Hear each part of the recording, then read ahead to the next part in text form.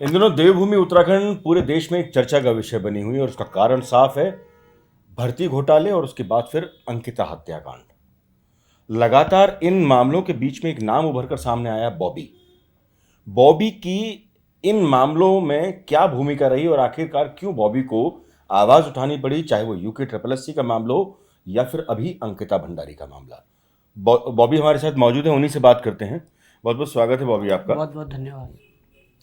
UK triple SC का एक मामला सामने आया है यहाँ पर, और न केवल वो उत्तराखंड में चर्चा का विषय बना बल्कि पूरे देश में इस समय चर्चा का विषय बना हुआ है और उत्तराखंड से लेकर केंद्र सरकार तक लगातार चर्चा में है।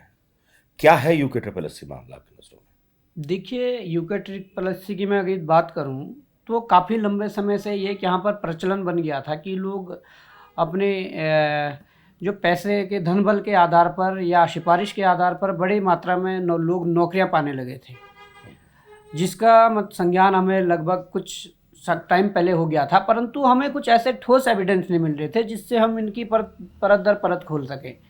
क्या हुआ कि संघर्ष तो हमने 2018 से लगभग शुरू कर दिया था, वो चाहे वैकेंसी निकालने के लिए हो, रिजल्ट निकालने के लिए हो, या परीक्षाओं में जो भ्रष्टाचार के मामले सुनने में आ रहे थे उनके जो एविडेंस से मिल नहीं रहे थे। परंतु अभी क्या हुआ कि अभी जो स्नातक स्तरीय परीक्षा है, ये एक मुझे लग रहा है कि ये पूरा एक रणनीति थी, क्योंकि इसमें लोअर पीसीएस तक की पोस्टें डाल दी गई थी, जिसमें आप देख सकते हैं कि सहायक समीक्षा अधिकारी और चकबंदी के और पोस्टें, इस तरह की जो पोस्टें हैं वो इन्होंने 100 नंबर के पेपर में गोलमाल करने के लिए ला दी थी। तो कहीं ना कहीं शंका तो तब से ही हमें हो गई थी कि कुछ ना कुछ इसमें होने वाला है। परंतु जब इसकी प्रक्रिया आगे बढ़ती है, भर्ती प्रक्रिया आगे बढ़ती है, परीक्षा होती है, उस दौरान जब परीक्षा होती है तो यहाँ पर मोदी जी की रैली भी होती है। जिस दिन परीक्षा होती है उस दिन मुझे उठाकर सिद्धोवाला 2 दिन के लिए भेज दिया जाता है।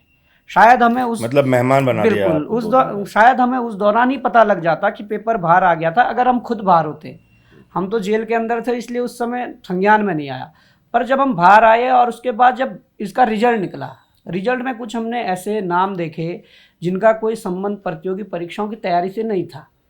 कोई पति पत्नी टॉपर कर गया, कोई भाई बहन टॉपर कर गया, कोई प्रॉपर्टी डीलर टॉपर कर गया। इस तरीके के जब मामले सामने बहुत सारे आने लगे, क्योंकि एक आध केस हो सकता है, अपवाद हर जगह होता, परंतु जब बहुत से नाम ऐसे आने लगे तो हमें शंका हुई। उस दौरान जब हमने इसमें आगे कार्रवाई शुरू की और कहीं ना कहीं एविडेंस जो थे उसे जुटाने की कोशिश की, तो हमारे हाथ स्क्रीनशॉट लगे। वो स्क्रीनशॉट थे कि उसमें पेपर से पहले की जो डेट थी, टाइम था, और वही हूबहू वही प्रश्न और उत्तर थे जो पेपर में आए हुए थे। तो वो जब मिल गया तो हमारा डाउट और ज़्यादा गहरा हो गया। हमने उस चीज़ को लेकर आयोग के अध्यक्ष के पास गए कि आप ये देखिए, तो उन्हें तब भी मतलब वो नहीं हुआ कि वास्तव में ये चीज़ें हुई है। वो कह रहे थे नहीं, आप लोगों ने फर्जी बनाया है। उल्टा किसी ने हमारी शिकायत करके एसटीएफ को दे दिया कि इन्होंने गलत तरीके से बनाया वो चीज़ें सारा। तो एसटीएफ ने पहले हमारी जो जांच है वो की, खंगाली, हमारे फ़ोन वगैरह खंगाले। तो जब उन्हें मिला नहीं कुछ तो उन्होंने उस पर फॉरेंसिक जांच के लिए भेजा, और जब फॉरेंसिक जांच में वास्तव में पता चला कि वास्तव में पेपर बाहर था, तो उसके बाद हम तो कई बार मुख्यमंत्री आवास कूच कर गए थे और जनता दरबार में गए थे, गुहार लगवाई थी, परंतु अप्रैल में रिजल्ट आने के बाद मुख्यमंत्री जी ने संज्ञान नहीं लिया 3-4 महीने। पर जब अंतिम में लगा वास्तव में कि एसटीएफ को भी लगा कि मामला बहुत गंभीर है, तो कहीं ना कहीं हम जब मुख्यमंत्री के पास गए और इसके लिए मुकदमा दर्ज करने के लिए हमने उन पे वो लगाई कि कई लोगों पे जो रडार पे आ रहे हैं उन पे मुकदमा दर्ज करिए, तो आयोग के द्वारा मुकदमा दर्ज हुआ और उसके बाद ये प्रक्रिया आगे बढ़ी। उसमें ताबड़तोड़ एसटीएफ की टीम ने अच्छा काम किया। आज पूरा प्रदेश का युवा एसटीएफ को सलाम कर रहा है। परंतु अब सवाल ये भी उठता है कि इस दौरान और घटनाएं भी होती हैं। एस राजू जी का इस्तीफा हो या बडोनी जी को वहाँ से हटाना हो।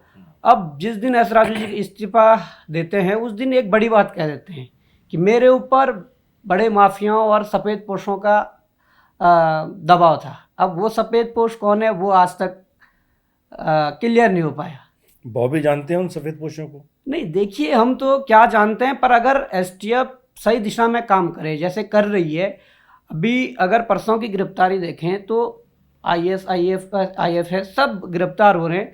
तो कहीं ना कहीं अगर हमें लग तो रहा कि क्या पता जांच उस दिशा में जाए, पर अधिकारी को गिरफ्तार कर लिया, वो रिटायरमेंट अधिकारी है।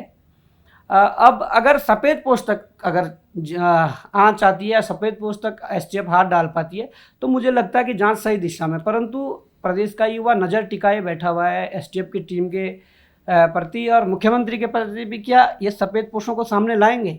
बड़ा सवाल ये है। बॉबी, एक बहुत महत्वपूर्ण सवाल ये है कि सफ़ेद पोस्ट जिस तरीके से आप बोल रहे हैं, ऐसा लगता है कि कहीं ना कहीं आपकी जानकारी में वो नाम होगा, लेकिन जहां आप बता रहे हैं कि STF सही दिशा में बढ़ रही है, कुछ ऐसे केस दर्ज हुए जिसमें न्यायालय की तरफ से 4 लोगों को जमानत मिल गई। तो क्या लगता है कि STF ने कहीं कमजोरी दिखाई केस दर्ज करने में, या कमजोरी सेक्शंस को लगाने में लगाई? क्या लग रहा है आपको? देखिए सर, इसमें STF की कमजोरी माने या सरकार की कमजोरी माने, क्योंकि हुआ क्या था कि जब ये ताबड़तोड़ गिरफ्तारियां होने लगी तो उस दौरान एक चीज़ सामने आती है कि बड़े बड़े माफिया पकड़ने लग गए, और वो माफिया जिनका पहले बैकग्राउंड जीरो था और आज वो करोड़ों अरबों के मालिक बने हुए। तो उस दौरान एक बात निकल कर आती है कि ED का सहारा लिया जाएगा। और जहाँ तक मैं जानकारी जुटा पाया हूँ उन 4 लोगों के बारे में जो बाहर जिनकी जमानत की बात कर रहे हैं, उसमें से 21 लोगों के खिलाफ जो मुकदमा दर्ज हुआ था वो गैंगस्टर एक्ट लगा था। तो उन 4 में से 2 गैंगस्टर वाले थे, उनको उस धाराओं से तो जमानत मिल गई, पर गैंगस्टर वाले के चक्कर में वो बाहर नहीं आ पाए, इसलिए 2 बाहर आ गए, 2 अंदर ही हैं। अब जो जानकारी जुटा पाए हम, उसमें ये सामने आया कि इनसे कोई रिकवरी नहीं हुई, इसलिए इनको जमानत मिल गई। तो रिकवरी ना होने का कारण यह है कि आपने शुरुआत में ही, जब 8-10 गिरफ्तारियां हो गई थी, आपने शुरुआत में ही ये कह दिया था कि हम ED को इन्वॉल्व कर रहे हैं। तो आज तक ED इन्वॉल्व क्यों नहीं हुई, सबसे बड़ा प्रश्न ये है। और ED को इन्वॉल्व करना जरूरी था। अगर आपने कई जगह बीच में रिकॉर्ड भी चेक किए इनके, और कई मतलब चीज़ें सामने निकल कर आई कि कोई ऑटो चालक से अपना करोड़पति बन गया, कोई कुछ से आज करोड़पति है। तो इन लोगों के खिलाफ वास्तव में ED अगर जांच पड़ताल करती तो रिकवरी भी होती। आज ये नौबत ना आती कि ये लोग बाहर घूमते हैं। कम से कम जिस दलदल से उत्तराखंड को बाहर निकालने की बात युवा कर रहा है, या युवा उस लड़ाई को लड़ रहा है कि उत्तराखंड को इस दलदल से बाहर निकाल जा सके, तो कम से कम ये तो फिर से उसी में धकेलने में लगे हुए अगर ये ऐसे ही बाहर आते रहे। बॉबी, आपने जिक्र किया था अपने शुरुआती बयानों में कि आप CBI की भी मांग कर रहे हैं इसमें लेकर, तो क्या रहा उस मांग का? देखिए, CBI के लिए पूरे प्रदेश के युवा मांग कर रहे हैं। CBI के लिए इसलिए भी मांग कर रहे हैं कि वास्तव में आज तक वो सफ़ेद पोस्ट सामने नहीं आ पाए जिनका जिक्र S राजू जी करते हुए गए हैं। अब वो कौन है?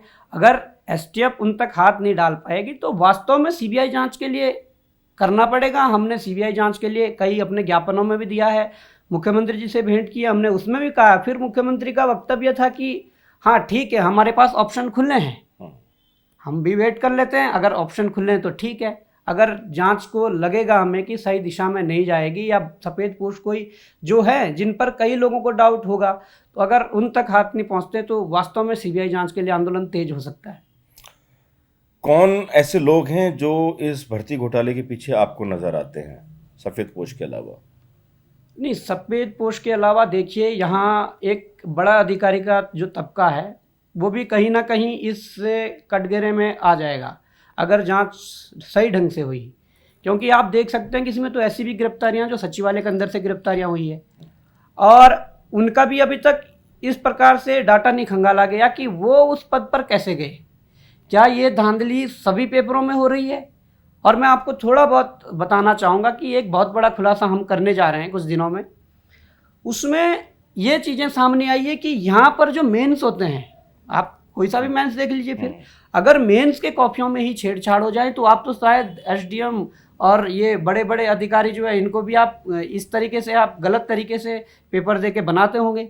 तो ये बड़ा सवाल है और ये बड़ा खुलासा होने वाला है। ये हम बड़ा खुलासा सबके सामने करेंगे, प्रेस कॉन्फ्रेंस के माध्यम से खुलासा करेंगे। आमतौर पे ये देखा जाता है कि उत्तराखंड का गठन जब हुआ था तो ये सोचकर हुआ था कि उत्तराखंड के लोगों को सम्मान मिलेगा, मान सम्मान के साथ साथ उनको नौकरी मिलेगी, लेकिन नौकरी इस तरह से बट रही है। और मज़ेदार बात यह है कि आपने अभी एक अपने बयान में बताया था कि पेपर लीक तो हो ही रहा है, लेकिन कुछ क्वेश्चन पेपर को लेकर भी बात चल रही थी कि भाई इतने आप क्वेश्चंस ले लीजिए और उसके इतने पैसे दे दीजिए। क्या है वो मामला? देखिए मामला ये है कि पहले एक प्रचलन शुरू हुआ था कि ये ओएमआर सीट खाली छुड़वाते थे और कहते थे कि बस तुम्हारा इतना काम है कि तुम अपना रोल नंबर डाल के आ जाना और सिग्नेचर करके आ जाना, बाकी हम देख लेंगे, जैसा कि प्रकरण परसों की गिरफ्तारी से हुआ है आरवीएस रावत वगैरह ये तो। उसके बाद यूकेएसएससी ने तो 3 ओएमआर का एक प्रचलन चलाया, जिसमें एक कैंडिडेट कॉपी और एक ट्रेजरी में जाती है, एक अपने आयोग के पास रहती है। तो उसमें कहीं ना कहीं होता होगा, पर उतने बड़ी मात्रा में ये चीज़ नहीं रही थी। कहीं ना कहीं डर था लोगों को कि क्या पता ट्रेजरी वाली में न हो पाई, ये है ये चीज़ें। परंतु उसके बाद दूसरा प्रचलन हमारे माफियाओं ने इसको, इस कड़ी को तोड़ने के लिए, इस चेन को तोड़ने के लिए उन्होंने क्या किया, अब पेपर ही बाहर ले आते हैं। अब आप आरएमएस टेक्नो सॉल्यूशन कंपनी जिसका जिक्र हो रहा है और जिसने ये पेपर छापे हैं, उसके जिक्र में ये भी आया कि लगातार कितने पेपर उन्होंने छापे हैं और वहीं से पेपर बाहर आ जाता है। और जो अभी तक एसटीएफ की टीम से जो जानकारी मिली थी थोड़ी बहुत पहले, उसमें ये जानकारी मिली थी कि यहाँ से पेपर लेने लखनऊ गए, लखनऊ से पेपर लाया, फिर जाके सेंटर यूपी बॉर्डर पे बनाया और देहरादून में कई जगह सेंटर थे और जगह भी। फिर उसके बाद क्या होता है कि अगर किसी बंदे को 15 लाख में पेपर मिलता है तो वो भी सोचता है कि मैंने 15 लाख में क्वेश्चन तो ले लिए, अब ऐसा करूं कि 15 लाख मेरे कवर भी हो जाए, मेरा सिलेक्शन भी हो जाए। इसलिए वो रेवड़ी की तरह बढ़ता गया, एक प्रसाद की तरह वो पेपर बढ़ता गया, जिससे उसकी बहुत मतलब भारी मात्रा में हम कह सकते हैं या बड़े विस्तृत रूप में ये पेपर बंटा है। क्योंकि हुआ क्या था कि लास्ट में ये हुआ, सुबह पेपर की जो बात है, कुछ ऐसी जानकारी हमें मिली है कि किसी के पास दूसरे शिफ्ट का पेपर पहुंच गया, 3 शिफ्टों में पेपर था। अब मेरे पास दूसरे शिफ्ट का पहुंच गया तो मेरे काम का नहीं है, तो मैंने अपने दोस्त को भेज दिया जो शिफ्ट था, वो फ्री में पेपर चले गया, वो पढ़ते पढ़ते गए। तो इसमें आंकड़ा बहुत ज़्यादा है, क्योंकि एसटीएफ ने ये खुलासे किए हैं, जो आपने भी शायद पढ़े होंगे, कि कई लोग इसमें ऐसे हैं कि जो पेपर पढ़ा है परंतु सिलेक्शन नहीं हुआ है, उनका सिलेक्शन 1-1, 2-2 नंबर से रुका है। वो इसलिए रुका कि पेपर इतनी बड़ी मात्रा में सर्कुलेट हो गया था कि कुछ लोग रुके हैं। अब इसमें बात ये आती है कि अगर पेपर को बचाने की बात करते हैं, सबसे पहले तो ये तर्कसंगत नहीं है कि जिस भर्ती में 50 माफिया अंदर जा चुके हों, उस भर्ती को बचाने की यदि सरकार बात कर रही है तो मेरे समझ से परे है। और जिस भर्ती ने उत्तराखंड की आज पूरे विभागों की रिपोर्ट खोल दी हो, चाहे आपके विधानसभा की या ये भर्तियां, अनेक पिछली भर्तियां भी खोल दी, तो उस पेपर को बचाकर सरकार करेगी क्या? और बात करती है कि हम इसमें सेग्रीगेशन करेंगे, तो सेग्रीगेशन का तो मतलब ही नहीं है, क्योंकि उसमें पीछे से अगर आप बैटिंग में भी लोगे तो जो 1-1, 2-2 नंबर से रुके लोग हैं जिन्होंने पेपर पढ़ा था, वो भी फिर शामिल होंगे। पर बॉबी, सरकार का तो ये मानना है कि जो मास्टरमाइंड है इस खेल का, उसको हमने अरेस्ट कर लिया, वो जेल में है, उसके हमने रिजॉर्ट तोड़वा दिए हैं, और आप अभी भी सड़कों पर आंदोलन कर रहे हैं। देखिए मास्टरमाइंड कौन होता है? मास्टरमाइंड हम उसे कहेंगे जो बिल्कुल पूरा ताना बाना जिसने शुरू में बुना होगा। अब आप उसे मास्टरमाइंड कह देंगे जो जिनका मतलब एक बैकग्राउंड ये आता कि कुक से लेकर और कहाँ तक का, तो मास्टरमाइंड हो नहीं सकता। मास्टरमाइंड जो होगा जिसने ये प्रचलन शुरू किया, जिसने ये ताना बाना बुनना शुरू किया, उसने तो ये बिजनेस के तौर पर ले लिया ना। तो वो मास्टरमाइंड कौन है? सबसे बड़ी बात ये है, क्योंकि हमारे एसटीएफ ने और सरकार ने बीच में कहा था कि मूसा मास्टरमाइंड है। तो मुझे नहीं लगता कि यूपी से आकर यहाँ पर मूसा मास्टरमाइंड बन जाए। मास्टरमाइंड मुझे लगता कि उत्तराखंड में ही मास्टरमाइंड है। वो बड़ा अधिकारी हो सकता है, खादी में या खाकी में? खाकी में, खादी में, दोनों में हो सकता है, इसमें कोई डाउट नहीं है। मतलब आप बहुत गहरी बात कर रहे हैं। ये मैं गहरी बात कर रहा हूँ, इसमें कोई डाउट नहीं है कि बड़े से बड़ा अधिकारी और बड़े से बड़ा नेता इसमें मास्टरमाइंड हो सकता है, अगर इसकी ढंग से जांच की जाए। और अगर वास्तव में धामी जी कह रहे हैं कि हमारे पास सीबीआई का ऑप्शन खुला है, जिस दिन सीबीआई हो जाएगी मुझे लगता है कि बहुत सारे नेता समाज में नहीं जा पाएंगे, क्योंकि उनको नंगा होना है यदि सीबीआई की जांच हो जाए। पुष्कर सिंह धामी से आपकी मुलाकात हुई, क्या आश्वासन दिया उन्होंने इस सीबीआई जांच के अलावा? देखिए सीबीआई जांच में उन्होंने एक स्ट्रेट फॉरवर्ड में कहूँगा, वो कहा कि हमने कहा सीबीआई जांच का, तो उन्होंने कहा कि ऑप्शन खुला है, हमें लगेगा तो हम करेंगे। तो ठीक है, हम भी छात्र हैं, अभी वेट कर लेते हैं जब तक लग रहा है कि चलो, परसों तो एक आईएफएस गिरफ्तार हो गया, आईएएस कैडर के हैं, तो ठीक है, अभी बढ़ रही है जांच, बढ़ाइए। परंतु जिस दिन लगेगा कि वास्तव में कुछ जांच में लिपापोती या उस और दिशा की ओर नहीं बढ़ पा रही है जांच जिस दिशा की ओर जाना चाहिए था, तो वास्तव में उस दिन तो सीबीआई की जांच मांग तेज होगी। बॉबी, कितने लोग आपके साथ हैं इस समय बेरोजगार संघ में, अगर मैं युवकों की संख्या की बात करूं तो? लगभग देखिए लाखों युवा है वैसे, मेरा परंतु आशय ये इसलिए है हाँ कि अपने दर्शकों को भी मैं ज़रूर बता दूं कि इस सवाल से मेरा आशय सिर्फ इतना है कि जो चीज़ उत्तराखंड के युवाओं के लिए है वो उनको सही मायने में मिल पा रही है या नहीं मिल पा रही है। और यही वजह है कि मैं बॉबी से इस सवाल को विशेष तौर पे कर रहा हूँ। कितने युवा आपके साथ जुड़े होंगे? देखिए लाखों युवा जुड़े हैं, तो कोई अपना जो पढ़ रहे हैं या कोई कहीं पे पढ़ने के साथ साथ काम भी कर रहे हैं, तो अपने काम में भी व्यस्त हैं। परंतु आज सबसे बड़ी बात यह है कि युवाओं के साथ उनके अभिभावक कनेक्ट हो गए हैं। उनके अभिभावक लगातार फ़ोन पे वार्ता कर रहे हैं कि हमारे बच्चों के साथ ऐसा खिलवाड़ कितने समय से हो रहा था, और हम तो अपने बच्चों को घर में डांटते थे, फटकारते थे कि तुम्हारा हमने देहरादून भेज रखा है, तुम्हें हमने हल्द्वानी भेज रखा है, तुम्हें हरिद्वार या श्रीनगर भेज रखा, और तुम पढ़ते नहीं हो, तुम्हारा सिलेक्शन नहीं होता। अभिभावकों का ये कहना कि अब हमें पता लगे कि वास्तव में हमारे बच्चे मेहनत करते थे, पर उनका मेहनत का फल उन्हें नहीं मिलता था। वहाँ पर कोई ये रसूखदार या पैसों वाली पार्टी जो है इनकी पद छीन लेते थे। तो आज अभिभावकों का भी समर्थन है, पूरे उत्तराखंड से लगभग हर डिस्ट्रिक्ट से लोग कॉल करते हैं और जानते हैं कि क्या है, कैसा आगे क्या होगा, ये सारी चीज़ें अभी चल रही है। पर सरकार ने तो युवाओं के बारे में बहुत कुछ सोचा, तभी उन्होंने विधानसभा में भी भर्तियां खोल दी। नहीं देखिए, विधानसभा में जो भर्तियां पीछे के रास्ते भले खोली हो, आगे का रास्ता भले बंद हो। विधानसभा में इन्होंने क्या करा, 32 आगे के रास्ते से शायद आप जाना चाह रहे होंगे इसलिए बंद कर दिया। 32 पदों के लिए भर्ती खोली थी। 32 पदों के लिए भर्ती खोलने का मतलब है कि उन्होंने अलग अलग उसमें डिपार्टमेंट बंटे हुए थे विधानसभा के अंदर। नहीं तो, मेरा बॉबी सवाल अलग है। जी, जी, मेरा सवाल ये था कि आपके लिए तो आगे के रास्ते बंद कर दिए, जी। लेकिन विधानसभा भर्ती का एक दौर खुला पिछले वाले रास्ते से, तो पिछले वाले रास्ते से आपकी एंट्री शायद बैन रही होगी। देखिए, जो काबिल होगा, जो योग्य होगा, वो पीछे वाले रास्ते से कभी जाना ही नहीं चाहेगा। जो मेहनती होगा वो क्यों पीछे वाले दरवाजे से जाएगा।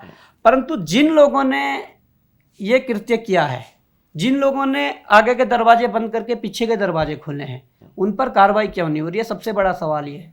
तो आपने एक कागज का सहारा क्यों नहीं लिया कि आप भी एक कागज लिखते, उस कागज पे सिंपल पेन से लिखते कि मुझे ज़रूरत है और मुझे नौकरी की आवश्यकता है, तो क्या पता आपका पिछला दरवाजा भी खुल जाता। नहीं, ये तो किसी के संज्ञान में नहीं था ना। जिस दिन ये मामला संज्ञान में आया उस दिन आपने देखा होगा कि उत्तराखंड में लाखों लोगों ने वो लेटर लिखा, अपने सोशल प्लेटफॉर्म पर उसे डाला कि मेरी शैक्षिक योग्यता ये है और मुझे इस प्रकार के ये पद की ज़रूरत है और मुझे दीजिए। तो वो उसके बाद प्रचलन लोगों ने चलाया, खूब चलाया, पर वो तरीका ठीक नहीं था ना। और तरीका इसलिए भी ठीक नहीं था कि वहाँ पर पैसे लिए गए हैं, लोगों से बहुत ज़्यादा कीमत ली गई है, 25 लाख 30 लाख। तो अगर, और क्योंकि लेवल 9 लेवल 10 की जॉब थी तो उसमें सैलरी 1 लाख पार थी, 1,20,000 1,30,000। तो एक लेटर लिख के, पर एक योग्यता तो थी उनमें बॉबी, वो योग्यता थी कि वो किसी ना किसी बड़े अधिकारी या नेता से या पत्रकार से जुड़े हुए थे। ऐसी योग्यता तो आप में नहीं होगी। नहीं, बिल्कुल वास्तव में जुड़े होंगे, और ये मिली भी तभी होगी कि लेवल 9 लेवल 10 की जॉब अगर ऐसे मिल गई, जो एक IAS को सैलरी मिलती है वो इनको मिल गई एक प्रार्थना पत्र पर, तो कहीं ना कहीं योग्यता तो थी। परंतु मैं ये कहना चाहता हूँ कि वास्तव में ऐसे जगह CBI जांच के आदेश देने चाहिए धामी जी को, क्योंकि किन अधिकारियों के माध्यम से, किन नेताओं के माध्यम से इन्हें बैकडोर से एंट्री मिली और किस किस प्रकार से लेन देन का जो बड़ा सवाल उठ रहा है वो कैसे हुआ, वो सारी चीज़ें खुलकर सामने आ जाएंगी। पर छात्रों के उग्र आंदोलन से उनको एक नुकसान भी करवा दिया बॉबी आपने, उनकी भर्तियां अब कैंसिल भी हो गई और बाहर का रास्ता दिखा दिया उन्हें। नहीं देखिए, यहाँ पर उत्तराखंड में 70 विधानसभा सीटें हैं और यूपी में देखिए 400 कुछ सीटें हैं। तो वहाँ का जो कर्मचारी का जो एक संख्या है वो और उत्तराखंड में लगभग बराबर संख्या है। वर्कलोड ज़्यादा है ना। वर्कलोड यहाँ क्या ज़्यादा है, कह रहे हैं हमने गैरसैंण के लिए की, परंतु गैरसैंण में सत्र कितने दिन चला। तभी मैं और अगर गैरसैंण के लिए किए तो तुम स्थायी रूप से देहरादून में कैसे रह रहे हो, तुम गैरसैंण क्यों नहीं चले जाते हो। नहीं, एक वरिष्ठ पत्रकार ने जिक्र किया था आप ही के एक इंटरव्यू का हवाला देते हुए कि शायद वर्क फ्रॉम होम करते होंगे वो। नहीं, वर्क फ्रॉम होम की तो कोई ऐसी स्कीम है नहीं उत्तराखंड में। अगर होती तो यहाँ हालात ये ना होते।